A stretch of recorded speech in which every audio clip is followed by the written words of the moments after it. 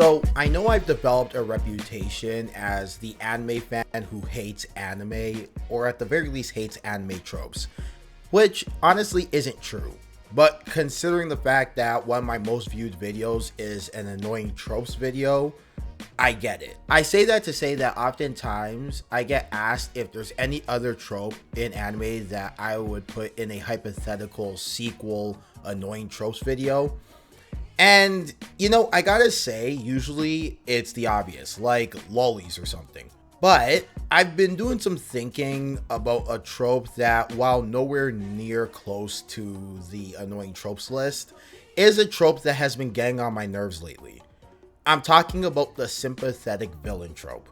Now look, a botched sympathetic villain character is usually not a deal breaker for me, but it's just one of those tropes that for whatever reason I've been more fixated on. And lately I've come to the realization that anime has always been getting this wrong. But before I talk about this issue, let's back up. What is the sympathetic villain trope? So the sympathetic villain trope is hard to pin down because there are so many offshoots of it, but at its core it's this. Anytime the writer attempts to have the villain of their IP liked or on some level sympathized with by the audience due to their redeemable qualities and or intent behind the action, that is the trope personified. Now, as mentioned, this trope in its purest form is really hard to get a sense of because it's so ubiquitous, especially nowadays since the cartoonishly evil, bad because he's bad villain has fallen out of favor with the general public. There have been so many versions of this trope that even the offshoots have created their own offshoots. Everything from the tragic villain to the anti-villain to the, I guess in some ways, redeemed villain could be considered some version of, or at least on the family tree of, the sympathetic villain trope. Now, what sucks about this trope is there are characters who are believable and fit nicely as the sympathetic villain. For example, Scar from Fullmetal Alchemist. But I'm over the sympathetic villain trope because while I understand that every show intended for an audience past the age of 12 years old will use this trope at least once, when anime uses this trope, more often than not, it's used poorly and done poorly. Now, to be clear on what this trope is not, the sympathetic trope is not shorthand for I like this villain because they're cool, or I understand the reason they do X. See, we may find a villain storyline entertaining or get their reasoning, but again, we have to like them because some aspects of their character are redeemable. So Griffith from Berserk at times is cool, and we get what he's about, but he's clearly the bad guy who should not be admired or understood as someone whose intent was good. It's more so that we like the role he plays as a villain. So he's out. Also, this is very different from the story following the villain's point of view or the villain is the protagonist trope. So for example, Light from Death Note can't be considered a sympathetic villain just because we follow his point of view. Light's intent behind his actions and his personality traits are what makes him a sympathetic villain. And don't worry, we'll get to Light later on why he's a bad sympathetic villain. And I'd even argue that this is different from the reformed villain trope, where that is a trope when a villain may start out as sympathetic, is reformed, and then becomes a good guy. This one's tricky to explain because while the redeemed villain is definitely in the sympathetic villain trope family tree, i.e. a villain who has done something good in their final act to be redeemed, a reformed villain continues to do so much good much later and for much longer, which I think is a different trope entirely. So Accelerator from the A Certain series is out, Vegeta from Dragon Ball is out. You get the point I'm trying to make. Villains who start out as villains and become good guys over a journey are not who we're talking about here. Get it, got it, good. And since you understood, let's talk about why this trope is so overused. Now, the first thing I want to explain is this isn't an anime thing, this is an everybody thing. Every medium under the sun uses this trope in some way, shape, or form. But as we'll get to, anime kind of fails with it. So, Why does everyone use this trope? Well, let me put it to you like this. No matter the age, you want someone to root for and root against in your media. However, depending on your age, what you think of rooting for and rooting against and why is different. As a kid, you think in black and white. So person A good, person B bad. Simple as that. And anything too complicated will simply just not work for you as a kid. It's way too confusing. So shows aimed towards kids try to reflect that black and white nature. It's not to say that kids shows won't do the sympathetic villain trope at times, but it's to say that when they do, they try to maintain this black and white structure. That's why oftentimes in kid shows, usually kid shows geared towards preteens, they will have the misled villain offshoot of the trope where a villain is only doing bad things because the real villain said so, or the villain the protagonist is facing at the time is being controlled. So think Tala and Zeo in the original Beyblade. But as you grow older and your mind develops, you understand that the world has a lot of gray. Nothing is ever really truly all good or all bad. That dude who cut you off in traffic, well, his wife is pregnant and in the hospital, so he's got to get there. That woman who cussed you out for asking the time, well, she's still dealing with the trauma of a verbal smackdown for denying a man's advances. The parking officer who just gave you a ticket for your parking meter expiring is just trying to feed their family. The celebrity who can't give you an autograph, well, they have a flight to catch, and if they stop for you, they'll have to stop for everyone, and that leads to them missing their flight. I could go even darker. Look, the leader of your country who just spent billions on their defense budget in spite of a broken healthcare and education system is doing so because if defense is not bolstered for their own country, as well as other countries they've pledged to help defend, then imminent threats could show up at their doorstep and affect their quality of life. I could keep going, but the generalizations and scenario playing aside, my point is this. When we get older, we understand, or at least I hope we understand, there is a reason for everything, even if you feel like the end result comes at a negative to you. Sometimes those reasons for everything are still awful, but the point is that we understand.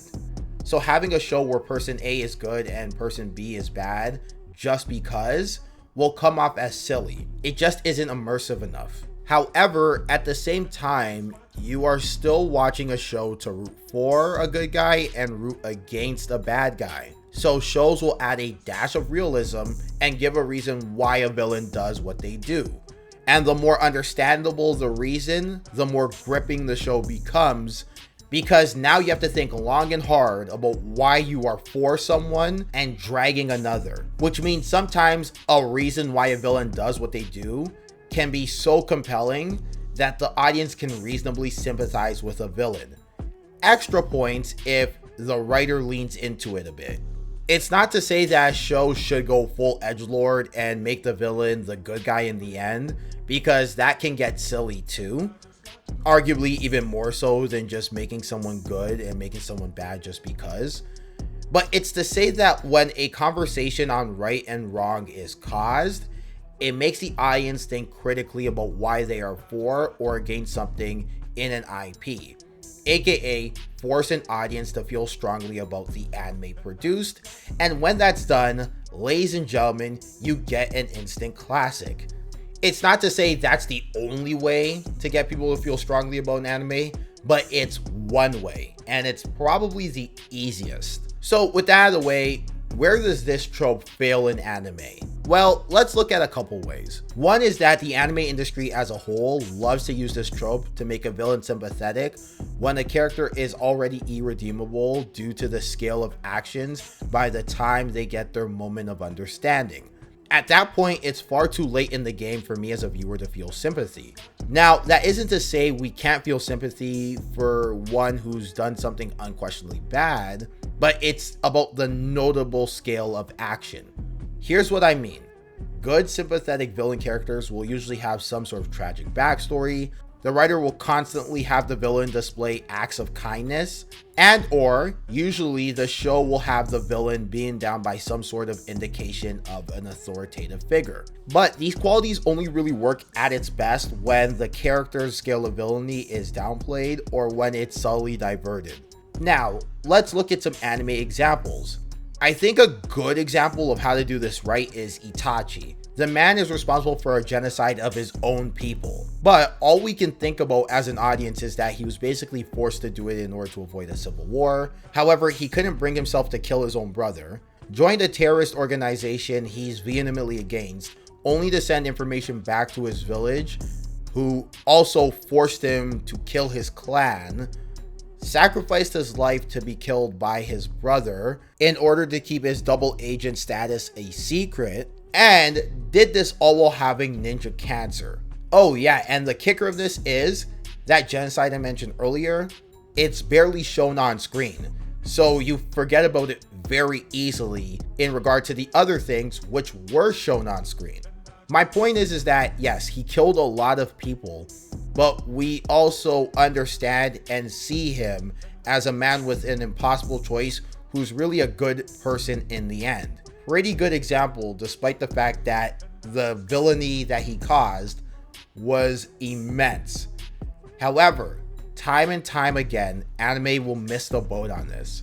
First of all, anime will not even try to use tact to downplay the scale of what a villain did, which then causes the audience to now focus on those acts on the largest scale imaginable, which anime usually does to make us hate the villain.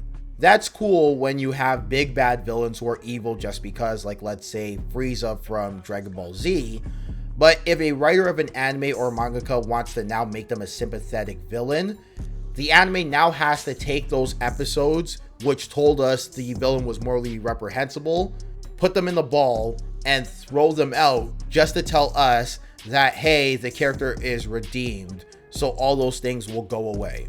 What makes it even worse is mangakas and anime writers will take a character who was doing bad things for dozens of episodes and then ask us to forgive the character in just a fraction of the time, usually one episode or half an episode. It's like saying, please find it in your heart to forgive this villain you've been rooting against for 20 or so episodes because they had a rough childhood, or they were struggling to find themselves, or their intention was good. But here's the thing, so did a lot of people in that show, including, more often than not, the main character.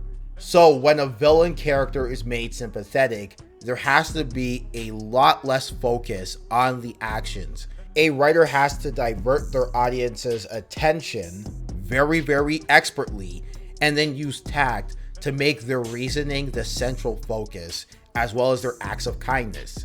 For example, in the same Naruto series, Kishimoto wants me to have sympathy for Nagato just because he made Naruto think and let the people he killed in the Leaf be reborn for a jutsu he was saving to instead subjugate the ninja world, even though the show fully showed me that he was basically amassing most of the world's super weapons equivalent to nukes by killing scores of people that he didn't bring back, by the way, all because his friend was killed. Here are some other ones. I'm supposed to feel bad for Envy from Fullmetal Alchemist for getting what's coming to them by Colonel Mustang because they said a speech at the end of a beatdown, or Light, who killed scores of people because he's smart, or Obito for causing the Eye of the Moon plan because his friend died. And that's not even including the anime after anime who wants me to feel bad for a villain because of a couple flashbacks here and there. Boy, if you don't. Do you get what I'm trying to say though? And look, I'm all for campy anime stories trying to make me feel bad for things. Honestly, it's half the reason I watch, but you have to build the circumstances around it properly and execute. And here's the thing, I know what people will say in the comments. They'll say, what about certain character here or there when the show did what I asked? Well, that's the thing. Anime is also uniquely bad at still messing it up, even when they follow the layout I mentioned. Okay, let me peel the curtain back on anime.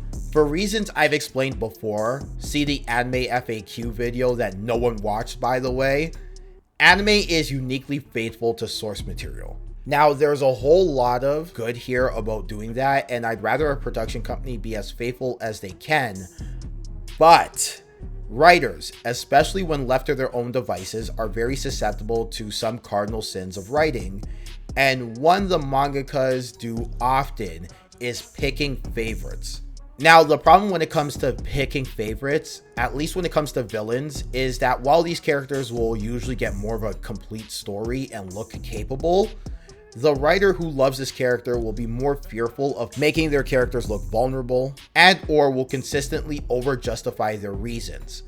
Pair that with the whole concept of running past the line of when a villain can stop being a sympathetic figure, and that leads to a whole host of problems where writing can feel inconsistent. So even though a sympathetic villain in theory may be written well, they are a character hampered by confusing writing and poor execution. For example, Eren from Attack on Titan fame is chief number 1 of this example, where clearly Isayama likes Eren, so he wants to present his villainous turn as something the world forced upon him because the world sees parodies as devils. However, he also wants to make the time power Eren Yeager has as strong, the forces of parody strong. Those same forces of parody also have anti-Titan weapons to defeat Eren if need be, have those same forces be a peaceful force in direct opposition to the forces of Marley, a nation who's been aggressively expanding their territory and treating everyone who is not Marleyans like dirt. Have Eren also be able to see the future and the past and directly affect it, but also make it a deterministic future, even though Eren again directly affected it. And all of a sudden, this makes no sense. So Eren's villainous turn couldn't have happened without A, the forces of parodies forgetting that they have anti-Titan measures against things like this, exactly for this reason, and B, Eren immediately not being called out for ruining everything just because he's a sad emo boy. This is why I made not one, but 2 videos explaining the idea of dilemmas when it came to this show, and why it's important to write them properly. But hey, let's not focus on Eren so much because there are other examples in anime that came before him and since. Like Doflamingo in One Piece calling out society for its hypocrisy while also contradicting himself and stooping even lower. And I like Doflamingo too, he's a badass. But come on, dog. And let's not forget Isabella from Promised Netherland being the ultimate example of just doing what you're told isn't enough to justify villainy in anime. And Dabi from My Hero Academia. Ooh boy, he is definitely not sympathetic enough because he almost comes off as spoiled in a way due to misunderstanding his entire situation. And if I may go on a rant about Dabi, My Hero fans, don't come for me. But look, Horikoshi trying to make a character that he clearly likes in Toya, aka Dabi, a sympathetic villain, fell flat on his face. Because not only did his backstory come off as him looking like a child who didn't listen to his dad, but in the attempt to also make Endeavor, another character Horikoshi likes, a redeemed character, they did not go the full way with making Endeavor a bad person, especially with Dabi, which is needed in order to make Dabi look justified. It at best makes Dabi look like he's misunderstanding some things, and Endeavor not explaining the context to the public makes Endeavor look irresponsible, especially when taking a look at the events that happened afterwards. And at worst, Dabi just comes off as a person in the wrong, and especially since Dabi not listening is arguably a factor why Endeavor's parenting skills deteriorated post Toya being presumed dead. The dreaded double favorites phenomena there. This isn't an Endeavor did nothing wrong tangent. Honestly, I'd like to point out all he did wrong, but this video would be way longer than it already is. However, it's just to say how much Horikoshi fumbled the bag when it came to Dabi and Endeavor in the attempt to make them both sympathetic figures. The thing is, I get we're all adults here, and I get that our villains and heroes need to be understood on a conceptual level. But not every villain that gets more than 2 episodes needs to be sympathized with or liked. A backstory is fine, but we do not need to forgive them, we do not need to agree with them, we do not need to feel sympathy for them when they get what they get. I'm all for a more complete villain backstory to understand why a villain would do something that, without proper context, seems like they are doing something detrimental to their own quality of life, but I still don't have to like them. Okay, I think that's a good spot to end the video. Thanks for watching if you made it to the end. Like, share, subscribe, comment, all that good stuff. Actually, hold on. If you do comment below who you think is sympathetic and why. I really want to get a feel for what people are able to sympathize with and not sympathize with. I will judge you if I don't agree. I'm kidding. But, you know, I will comment. And yeah, other than that, you know, share the video and have a good rest of your weekend. Later, and stay safe.